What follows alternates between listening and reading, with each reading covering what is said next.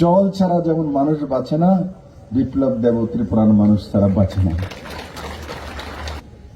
6 আগরতলার সঙ্গে নটঙ্কি আর করতে দেব না। ত্রিপুরাতে কমিউনিস্ট পার্টির অবসান ঘটানো, সেটা কি সম্ভব হয়েছিল ওই নেতৃত্বের দ্বারা, ওই কংগ্রেসীদের দ্বারা? 2018 পরিবর্তন হয়েছে তো নরেন্দ্র ভাই মোদী, অমিত ভাই শাহর নেতৃত্বে ত্রিপুরাতে হয়েছে। আমার ছোট ছোট কার্যকর্তা, পৃষ্ঠা প্রমুখ এখানে যে দাঁড়িয়ে আছে, নজওয়ান ছেলে মেয়ে, সাধারণ ঘরের মানুষের কারণে হয়েছে, তাদের কারণে হয়নি, তাদের কারণে হয়নি। এই কমিউনিস্টকে বসিয়ে রাখার মূল মন্ত্র এদের কাছে ছিল। খাল কেটে কুমির কমিউনিস্ট এখানে এরাই এনেছিল।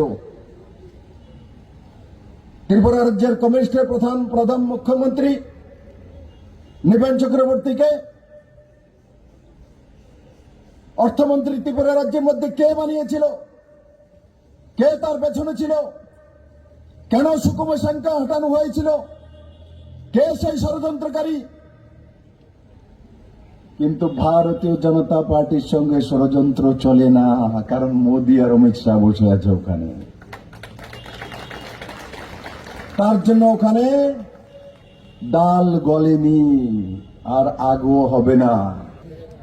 আগে কংগ্রেস কমিউনিস্টের যখন সরকার ছিল, ত্রিপুরাতে সব জায়গায় শোনা যেত এই কমিউনিস্টের বয়ান কি ছিল? খাদ্য নেই, বস্ত্র নেই, অন্ন নেই, কেন্দ্র বলছে না, কিচ্ছু দেয় না, কিচ্ছু করে না, কিচ্ছু পাইছি না, মানে সব নকারাত্মক স্লোগান। আর ভারতীয় জনতা পার্টি আসার পর আজ মা বলে, কি বলে মারা? 33% রিজার্ভেশন, আগামী দিনে এমএলএ হবো, এমপি হবো। আজ মারা কি বলে, মহিলারা কি বলে?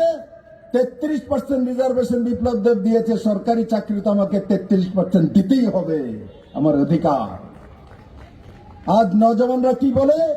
মোদী 100 স্টার্টআপের বদলে 1 লাখ স্টার্টআপ তৈরি করে দিয়েছেন। নর্থ ইস্টে 10,000 ছেলে স্টার্টআপে কাজ করে নিজের রোজগার করে অন্যকে রোজগার দেয়। তার জন্য এ রাজ্যের মধ্যে কমিউনিস্টরা সবচেয়ে বেশি একসঙ্গে চাকরি দিয়েছিল। কোন চাকরিটা? 17 বছরে সবচেয়ে বেশি এক লটে দিয়েছিল। সে চাকরি কোনগুলো? 10,323। এই চাকরিগুলো অবৈধভাবে দিয়ে তাদের জীবন বিনাশ করে দিয়েছে।